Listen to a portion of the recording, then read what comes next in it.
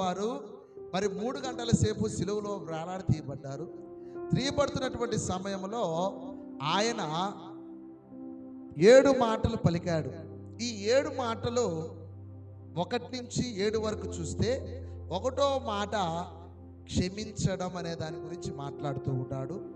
2వ మాట రక్షణ అనే దాని గురించి మాట్లాడుతూ ఉన్నాడు. 3వ మాట ఒక బాధ్యతాయుతముగా మాట్లాడుతూ ఉన్నాడు. 4వది వేదనతో మాట్లాడుతూ ఉన్నాడు. 5వది బాధతో మాట్లాడుతూ ఉన్నాడు. 6వది విజయానికి సంకేతంగా మాట్లాడుతూ ఉన్నాడు. 7వది సమర్పణ అని చెప్పి ముగింపుతో ఆయన 7వ మాటగా ముగిస్తూ ఉన్నాడు. హల్లెలూయా. మరి 3 గంటల వరకు మనం ఉండాలంటే ఒక్కొక్క వాక్యము ఇప్పుడు 1 అయిందా టైం? 1 అయిందా టైం? 1 అయిందా? 12:53 అంటే ఇంకా 7 నిమిషాలు ఉంది. 1కి 1 గంట నుంచి 3 గంటలు, 2, 3 ఇంకా 2 గంటలు ఉంటుంది, అంతేనా? ఈ 2 గంటల్లో మరి ఈ 7 మాటలు మనం పూర్తి చేసేయాలి. పూర్తి చేసేసి ఆయన మనకి ఎందుకు చెప్పాడో తెలుసుకొని మనము ఇంటికి వెళ్ళిపోయి దేవుని కృపను బట్టి ప్రశాంతంగా ఆయన ధ్యానించుకుంటూ ఆయనలో ఆనందిస్తూ మళ్ళా రేపు ఆదివారం పునరుత్థాన దినాన మళ్ళా మందిరానికి రావాలి. హల్లెలూయా, హల్లెలూయా. మంచిది. మనం మొదటి మాట ధ్యానించుకుందాం. క్షమించుట.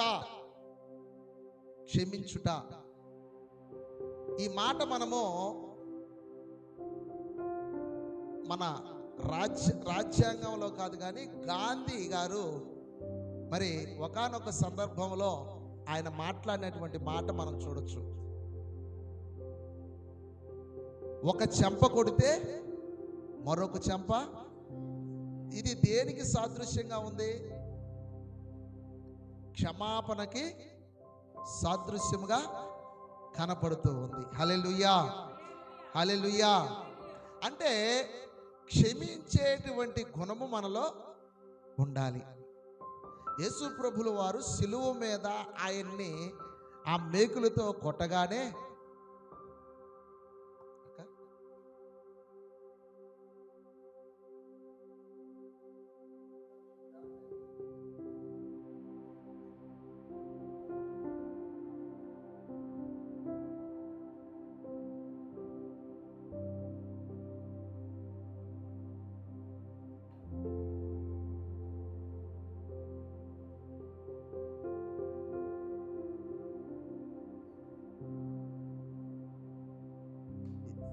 దేవునికి మహిమ కలుగునుగాక. హల్లెలూయా. దేవుడు పలికినటువంటి మొట్టమొదటి మాట క్షమించుట. క్షమించే దాని గురించి ఆయన మాట్లాడాడు. లూకా సువార్త 23వ అధ్యాయము 34వ వచనం మనము చదువుకుందాం.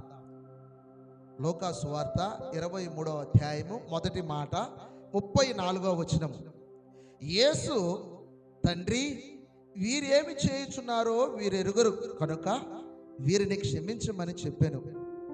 వారు ఆయన పై వస్త్రములు పంచుకున్నట్టుకై చీట్లు వేసరి. హల్లెలూయా. మొదటి మాట ఏముందంట? యేసు మాట్లాడుతూ ఉన్నాడు. ఏమని? తండ్రి, వీరు ఏమి చేయుచున్నారో వీరు ఎరుగురు కనుక వీరిని క్షమించమని చెప్పాను. ఏమంటున్నాడు? క్షమించమని ఎవరికి చెప్తున్నాడు? అక్కడ ఉన్నటువంటి రోమా సామ్రాజ్యపు సైనికులు. ఎవరు? రోమా సామ్రాజ్యపు సైనికులు. యేసు ప్రభు సిలువ మోసుకొని వస్తూ ఉంటే మరి అనేక మంది అక్కడికి వచ్చి ఉన్నారు. యూదులు అక్కడ ఉన్నటువంటి వారందరూ అక్కడికి వచ్చారు. అక్కడ ఉన్నటువంటి వారు యేసు ప్రభుని, నువ్వు రాజుగా, నువ్వు రాజువైతే నువ్వు కాపాడుకో అని ఎగతాళి చేస్తున్నారంట. ఏమని? నువ్వు రాజువైతే నిన్ను నువ్వు కాపాడుకో, నువ్వు అద్భుతాలు ఆశ్చర్యాలు చేసావు కదా, నువ్వు దేవుడు అంటున్నావు కదా, నిన్ను నువ్వు కాపాడుకో అని ఎగతాళిగా ఎట్ట మాట్లాడుతున్నారంటే, ఉదాహరణకి ఎవరైనా దారిని పోతూ ఉన్నారనుకోండి, ఒకవేళ అతను తక్కువ స్థానంలో ఉన్నటువంటి వ్యక్తి అనుకోండి, బాగా కొద్దిగా ఉన్నతంగా ఉండే వాళ్ళు ఏం చేస్తారంటే ఎగతాళి చేస్తారు. ఏమని ఎగతాళి చేస్తారు? రేపు పోతున్నాడు రీ, ఇప్పుడు చినిపిన కొట్లు వేసుకుని పోతున్నాడు, పైకేమో డమ్మా డమ్మా మాటలన్నీ చెప్తుంటాడు, పోయేదానికేమో చినిపిన కొట్లు వేసుకొని తిరుగుతున్నాడు అని చెప్పి ఎగతాళి చేస్తున్నారు. ఇక్కడ కూడా యేసు ప్రభువుని ఏమని ఎగతాళి చేస్తున్నారంటే, వారు నువ్వు రాజు అంట, అవును కదా, నువ్వు రాజు అయితే ఇదిగో నిన్ను నువ్వు కాపాడుకో, ఈ సిలువ మీద నుంచి నువ్వు దించు, ఆ శీల లేకుండా చేసుకో, నిన్ను నువ్వు బ్రతికించుకో అని చెప్పి ఎగతాళి చేస్తూ ఉన్నారంట. ఎవరు? అక్కడ ఉన్నటువంటి రోమా సైనికులు. అయితే మనమైతే సహజంగా మనమైతే ఎగతాళి చేస్తే ఏం చేస్తాం? నన్నేంద్ర నువ్వు ఎగతాళి చేసేది, ఏమనుకుంటున్నావు నువ్వు, అసలు నా గురించి ఏమనుకుంటున్నావు, నేనేంది, నా స్థాయి ఏంది, నా విలువేంటి, నువ్వేమన్నా నాకేమన్నా అన్నం పెడుతున్నావా, నాకు గుడ్డేస్తున్నావా, నన్ను ఎగతాళి చేస్తావు నువ్వు అని చెప్పి మన చేతిలో కర్రో కత్తో ఏదో ఒకటి తీసుకొని పోయి యుద్ధం చేస్తామా లేదా? కానీ యేసు ప్రభుల వారు ఆయన ఒక మాట చదువుకుందాము. మరి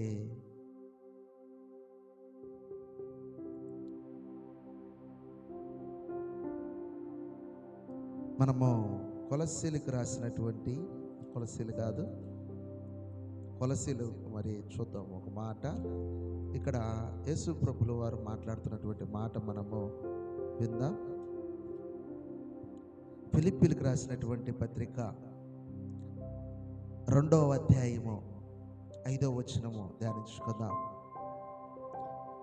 ఫిలిప్పీలకు రాసినటువంటి పత్రిక 2వ అధ్యాయము 5వ వచనం. ఆ క్రీస్తు యేసునకు కలిగిన ఈ మనస్సు మీరును కలిగి ఉండుడి, ఆయన దేవుని స్వరూపము కలిగిన వాడయుండి దేవునితో సమానంగా ఉండుటకు విడిచిపెట్టకూడని భాగ్యమని ఎంచుకొనలేదు, కానీ మనుష్య పోలికగా పుట్టి దాసుని స్వరూపమును ధరించుకొని తనను తాను రిక్తునిగా చేసుకునేను. హల్లెలూయా, హల్లెలూయా. మరి ఇక్కడ యేసు ప్రభుల వారు ఎలా ఉన్నాడంటే, దేవుని స్వరూపమును కలిగిన వాడయుండి దేవునితో సమానముగా ఉన్నాడంట. ఎలా ఉన్నాడు? దేవునితో సమానముగా. అంటే దేవునికి ఉండేటువంటి లక్షణాలన్నీ ఎవరికి ఉన్నాయి?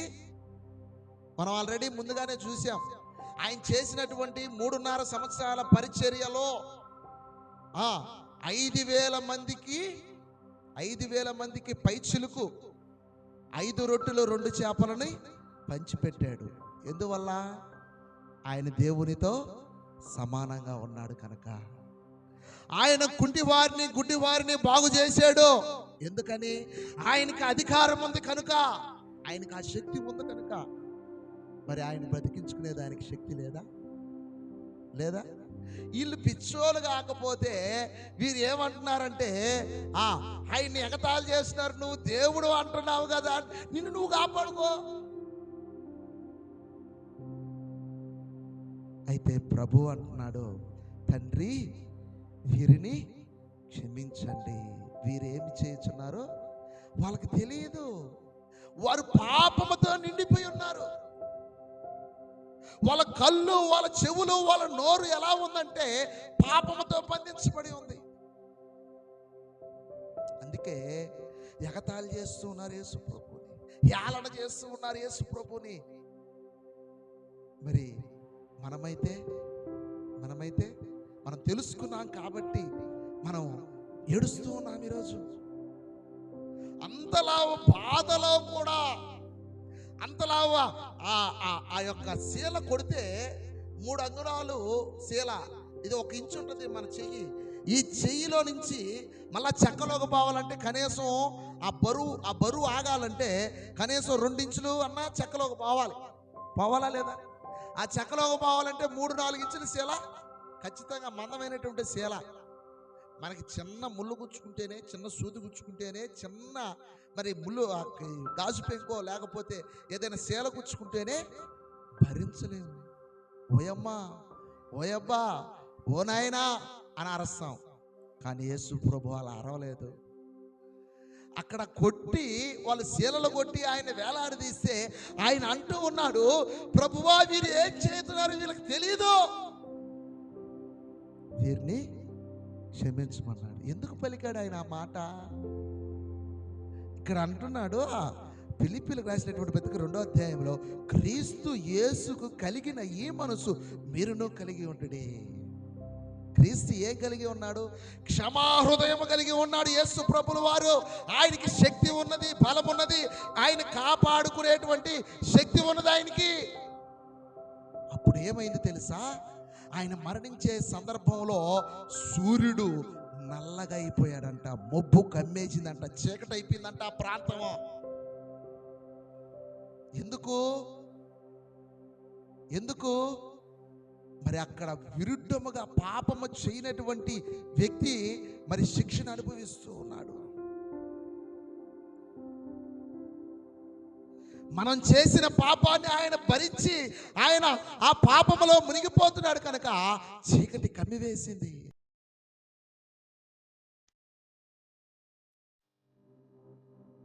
ఆయన శక్తి ఉండి కూడా తనను తాను రిక్తునిగా చేసుకునేను. హల్లెలూయా. దాసుని స్వరూపమును ధరించుకుని తనను తాను తగ్గించుకున్నాడు. క్రీస్తు యేసుకు కలిగిన ఈ మనసు నువ్వు నేను కలిగి ఉండాలని యేసు ప్రభు సిలువలో మొట్టమొదటిగా క్షమించే హృదయం నీలో ఉండాలి.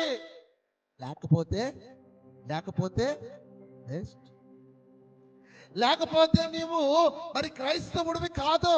మరి క్షమించే హృదయం ఉంటేనా క్రైస్తవుడైన పాస్టర్ గారు అంటే? అవును, క్రీస్తు అని క్రైస్తవుడని అని అనిపించుకోవాలని అంటే నీవు కూడా అదే లక్షణము కలిగి ఉండాలి. అందుకు ఆయన మొట్టమొదటిగా సిలువలో ఆ మాట పలికాడు. చనిపోయేటప్పుడు పెద్దవారు కానీ ఎవరైనా కానీ మనతో కొన్ని మాటలు చెప్తారు. నాయన నేను ఇట్టున్నాను, నీవు ఇట్టుండగా నాయనా అని మనకు చెప్తారు. అలాగే చనిపోయే ముందు ప్రభు నీకు నాకు చెబుతున్నటువంటి మాట 2025 సంవత్సరాల క్రితం జరిగినటువంటి మాట. తండ్రి వీరు ఏమి చేయుచున్నారో వీరు ఎరుగరు. కొంతమంది తెలుసో తెలియక తప్పు చేస్తారు, వారిని మనం క్షమించే వారిగా ఉండాలి. అలా కాకుండా నువ్వు తప్పు చేసావు, నీకు శిక్ష పడాల్సిందే అని చెప్పి వాడిని కొట్టడమో శిక్షించడమో ఏదో ఒకటి చేస్తే మరి లోకస్తులకి క్రైస్తవులుగా ఉన్నటువంటి మనకి తేడా ఏంటి? తనను శిక్షిస్తే నువ్వు క్షమించకపోతే వారికి మనకి ఉన్నటువంటి ఆ తేడా ఏంటి అని ప్రభు ఈరోజు మొట్టమొదటి మాట ద్వారా మనతో మాట్లాడుతూ ఉన్నాడు. మనము మత్తయి సువార్త 5వ అధ్యాయం 44వ వచనంలో చూస్తే, మత్తయి సువార్త 5వ అధ్యాయము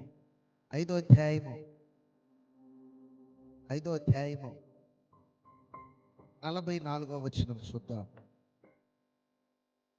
నేను మీతో చెప్పినది ఏమనగా, పరలోకమందున్న మీ తండ్రికి ఆ కుమారుడై ఉండునట్లు నీ శత్రువులని ప్రేమించుడి, మిమ్మును హింసించు వారి కొరకు ప్రార్థన చేయుడి.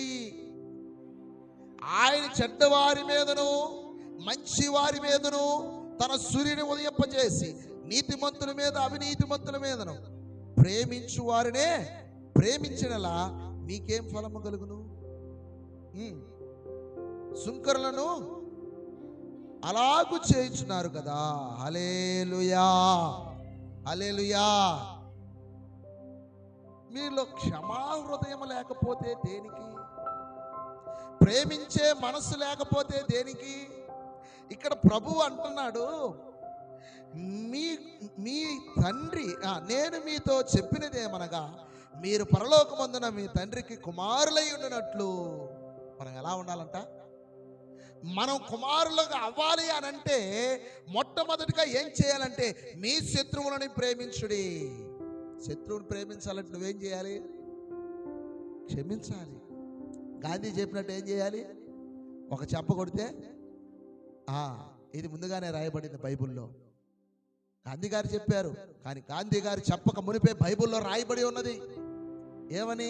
నీ శత్రువులని ప్రేమించమన్నాడు. అంటే ఎట్టా? శత్రువు ఎలా అవుతాడు? ఒక వ్యక్తి మనకు శత్రువు ఎలా అవుతాడు? మనకు ఏదైనా అపకారం చేస్తేనే కదా అతని శత్రువు అంటాం. మనకు విరోధి అని అంటాం. మనకు వ్యతిరేకంగా మాట్లాడితేనే, మనకు వ్యతిరేకంగా యుద్ధం చేస్తేనో అతను నా శత్రువు అని అంటాం. అవునా కదా? శత్రువు ఎవరు? మనకి విరుద్ధముగా వ్యతిరేకముగా ఎవరైతే ఉంటారో వాళ్ళే శత్రువులు. అవునా కాదా? మరి ఆ శత్రువుని నువ్వు ఏం చేయమంటున్నాడు? నిన్ను క్షమించి ప్రేమించమంటున్నాడు. హల్లెలూయా. అంటే ఏం చేయాలి మనము?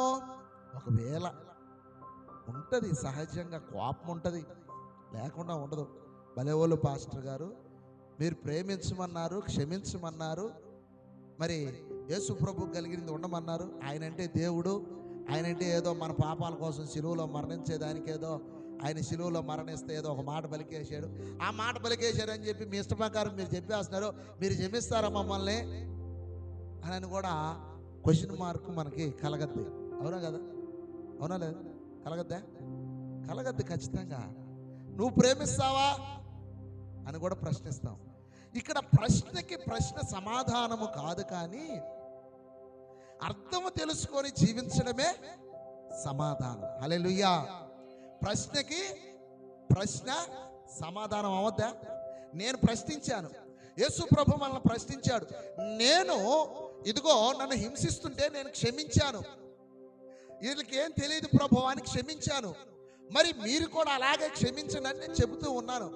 మరి మనం చెబుతున్నటువంటి మాటకి భలేవాడులే ప్రభువా, నువ్వు కాబట్టి క్షమించావు, మేము ఆడ క్షమిస్తాము అని నువ్వు ప్రశ్నిస్తే ఏమవుతుంది? దానికి సమాధానం వస్తుందా? దానికి పరిష్కారం అవుద్దా? కాదు. మరి పరిష్కారం ఎలా అని అంటే నీవు కూడా క్షమించాలి. హల్లెలూయా. ఏం చేయాలి? క్షమించాలి. ఎవరిని క్షమించాలి? నీ శత్రువుల్ని, నీకు పడనటువంటి వారిని. ఒకవేళ నువ్వు వాళ్ళని క్షమించలేవంటే వాళ్ళకి నువ్వేం హాని చేయవల్లా. కీడుకి ప్రతి కీడు చేయకూడదు అన్నాడు దేవుడు. ఏమన్నాడు?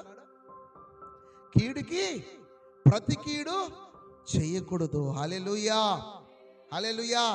మరి ఏం చేయాలి? కీడుకి ప్రతి కీడు చేయకూడదంటే ఇక్కడ ప్రభు ఏమంటున్నాడంటే నీ శత్రువులని ప్రేమించుడి, మిమ్మల్ని హింసించు వారి కొరకు ప్రార్థన చేయండి.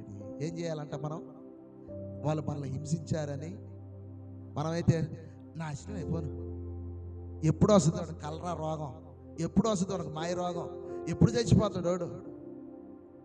ఏమయ్యా అంత పెద్ద కళ్ళు వేసుకొని చూస్తున్నావు, వాడు చేసే అక్రమాలు నువ్వు చూడట్లేదే అని ప్రార్థన చేస్తాం. అవునా కదా? మనం చేసే ప్రార్థన. కానీ ప్రభు ఆ మాట అనట్లేదు. వాళ్ళకి తెలియట్లే, వాళ్ళ పాపం నిండిపోయి ఉందో. నువ్వు తెలుసుకున్నావు ఈరోజు యేసు ప్రభు ఎలాంటి వాడో నీకు తెలుసు.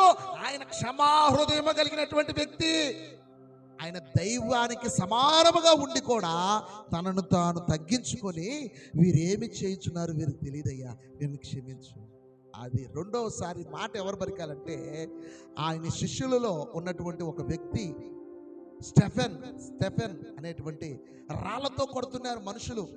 సువార్త చేస్తా ఉన్నాడంటే స్టెఫెను రోడ్డు మీద నిలబడుకొని సువార్త చేస్తూ ఉంటే అక్కడ ఉన్నటువంటి వారందరూ ఏం చేశారంటే రాళ్లతో కొట్టారంట ఆ స్టెఫెన్ని. కొట్టినప్పుడు స్టెఫెన్ పైకి చూస్తూ, ప్రభువా అయ్యా వీరు ఏం చేస్తున్నారు వీరికి తెలియదు. తెలియక వాళ్ళు చేస్తున్నారు. తెలియచేస్తున్నారా? తెలిసినోడైతే చేస్తాడా? చేయడు. అమ్మా తల్లి గమ్ముగా ఉండాలి, నవ్వకూడదు. Praise the lord. Hallelujah. Hallelujah. కనుక ఎవరైనా నిన్ను హింసిస్తే, నిన్ను ఇబ్బంది పెడితే వారి కొరకు నువ్వేం చేయాలంట? ప్రార్థన చేయాలి, క్షమించాలి. ఏమని ప్రార్థన చేయాలి?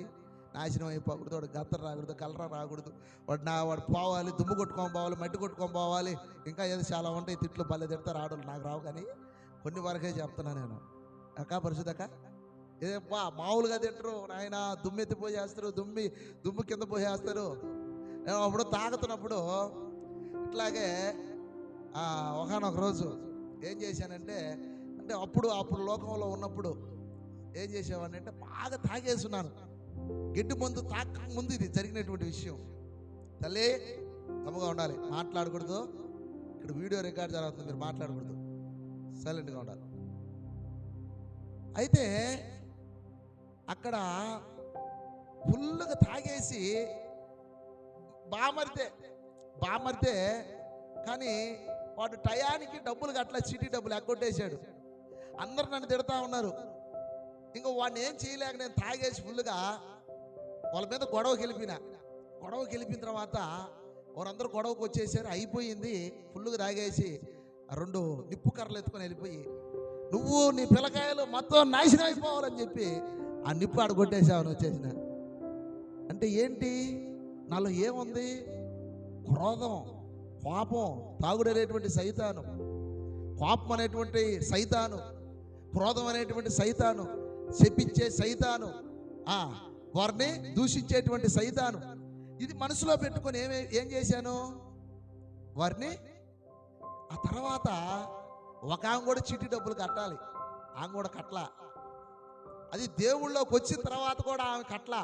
అంటే అప్పుడు పాతది, దగ్గర 3 సంవత్సరాలు కట్టలా. ఆమె చీటీ అయిపోయి 3 సంవత్సరాలు కట్టలా. రోజు వెళ్ళేది ఆమె ఇంటికి, అమ్మ డబ్బులు. అది పాడుకున్న ఆమెకి కాగితం రాసి ఇచ్చా నేను కట్టాలని. ఎగ్గొట్టేసిందిగా, అమ్మ డబ్బులు. ఆమె పరిస్థితి కూడా బాగా అప్పులైపోయింది. అడగాలంటే అడగకపోతే ఈమె నన్ను అడుగుతుంది, నేనా తెచ్చి కట్టలేను. ఆమె ఈ లేకుంది, రోజు ఇట్లా అయిపోతుంది. కానీ దేవుళ్ళలోకి వచ్చిన తర్వాత ప్రభు నాకు మాట్లాడినటువంటి మాట ఏమన్నాడంటే, మామూలుగా పోయి మాట్లాడు, అడగమన్నాడు, అంతేకాని వారిని దూషించడమో వారిని ఏదో ఒకటి చేయడమో చేయలే. అయితే తాగక ముందు దూషించా, ఆ శాపనార్థాలు పలికా, క్షమించలేదు. అప్పటికి వాళ్ళు కొంత అమౌంటే కట్టారు, మిగతా అమౌంట్ ఎగ్గొట్టేశారు. అయినా పర్లేదు, ఆంకి తీసుకునే ఆంకి నచ్చ చెప్పి ఆంకి కొంత ఇచ్చి, మా డబ్బులు కూడా దాంట్లో ఉంటే మా డబ్బులు అడగలేదు, గమ్ముగా అయిపోయాం. ఎందుకంటే ఆ పరిస్థితి బాగలేదు. అంటే క్షమించే హృదయం అలా ఉండాలి మనిషికి. అంటే నా గురించి నేను గొప్పలు చెప్పట్టు, ఉదాహరణ ఒకటి ఎగ్జాంపుల్ తీసుకొచ్చి మీకు చెప్తున్నా. అంటే లోకంలో కొన్ని సందర్భాలు వస్తాయి, మనకి క్షమించేటువంటి హృదయం మనం కలిగి ఉండాలి. హల్లెలూయా, హల్లెలూయా. మరి ఇక్కడ ఉన్నటువంటి యేసు ప్రభుల వారు కూడా ఆయన ఏమంటున్నాడంటే, మీరు తండ్రి యొక్క కుమారులై ఉండాలి అని అంటే ముందు మీ శత్రువుని ప్రేమించాలి. ప్రేమించి అతన్ని క్షమించి అతన్ని హింసించినను ఆయన కొరకు మీరు ప్రార్థన చేయాలి. ఏమని ప్రార్థన చేయాలి? ఇప్పుడు ప్రభు ఏమని ప్రార్థన చేశాడు? ప్రభువా, మీరు ఏం చేస్తున్నారు నాకు తెలియదు, నన్ను క్షమించని ప్రార్థన చేశాడు. నీకు మంచి ప్రార్థనని దేవుడు నేర్పిస్తూ ఉన్నాడు. ఈరోజు నిన్ను హింసించే వారి కొరకు, నిన్ను అసహ్యమైనటువంటి మాటలు మాట్లాడే వారి కొరకు దేవుడు నీకు ఒక ప్రార్థన నేర్పిస్తున్నాడు. ఎటువంటి ప్రార్థన అంటే క్షమించే ప్రార్థన నేర్పిస్తున్నాడు. హల్లెలూయా, హల్లెలూయా. కలిగి ఉందామా ఈరోజు నుంచి? ఒకవేళ మనల్ని ఎవరినైనా హింసించారనుకో, ప్రభు ఆ బిడ్డని మార్చు. ఆ బిడ్డ బూతులు తిడుతున్నాడు, ఆ బిడ్డ నన్ను హింసిస్తున్నాడు, ఆ బిడ్డ నన్ను నా మీదకు వ్యతిరేకంగా తిరుగుతూ ఉన్నాడు అని ఏం చేయాలి? ప్రార్థన చేయాలి. మీ కుటుంబాల్లో ఉంటాయి ఖచ్చితంగా. నేను నిలబడుకున్నటువంటి నాలో కూడా అవి ఉంటాయి. అట్టని చెప్పి నేను వారిని ఎప్పుడు నాశనం అయితే ఎప్పుడు పోతాడో, ఎప్పుడు దుమ్ము కొట్టుకొని పోతాడో తిట్టకూడదు అని ప్రార్థన చేయకూడదు. మరి ఏమని ప్రార్థన చేయాలి? ఏమని ప్రార్థన చేయాలి చెప్పాలి. ఏమని ప్రార్థన చేయాలి? ప్రభువా, వీరిని క్షమించము, వీరికి తెలియకుండా మాట్లాడుతున్నారు కనుక వీళ్ళని క్షమించు. ఇంకా కూడా చేయొచ్చు. ఏమని? ప్రభువా, వాళ్ళు నా మీదకి రానికుండా చెయ్యయ్యా, వాళ్ళ మనసు మార్చయ్యా, వాళ్ళ హృదయాన్ని మార్చయ్యా. నీకు అన్నీ తెలుసు, ఏది అన్యాయమో ఏది న్యాయమో నీకు తెలుసు, అవునా కాదా? దేవుడికి అది న్యాయమా అన్యాయమా తెలియదా? ఏ పాపము చేయనటువంటి యేసుక్రీస్తుని అన్యాయంగా హింసిస్తున్నారే, అది న్యాయమా అన్యాయమా? న్యాయమా అన్యాయమా? అన్యాయమా కదా. అయితే అన్యాయమైన ప్రభు ఏమంటున్నాడు? క్షమించంటున్నాడు. మన జీవితంలో కూడా అన్యాయము జరిగితే ఏం కలిగి ఉండాలి? క్షమించే హృదయము మనకి కలిగి ఉండాలని దేవుడు ఈరోజు మనతో మాట్లాడుతూ ఉన్నాడు. అప్పుడు నువ్వు నిజముగా తండ్రి యొక్క పరలోకమునందుంటూ ఏమంటాడు, నేను మీతో చెప్పినది ఏమనగా మీ పరలోకమందున్న మీ తండ్రికి కుమారులై ఉంటారు. కుమారులై ఉండాలంటే మనం ఏం చేయాలంట? క్షమించేటువంటి హృదయం మనము కలిగి ఉండాలి. హల్లెలూయా.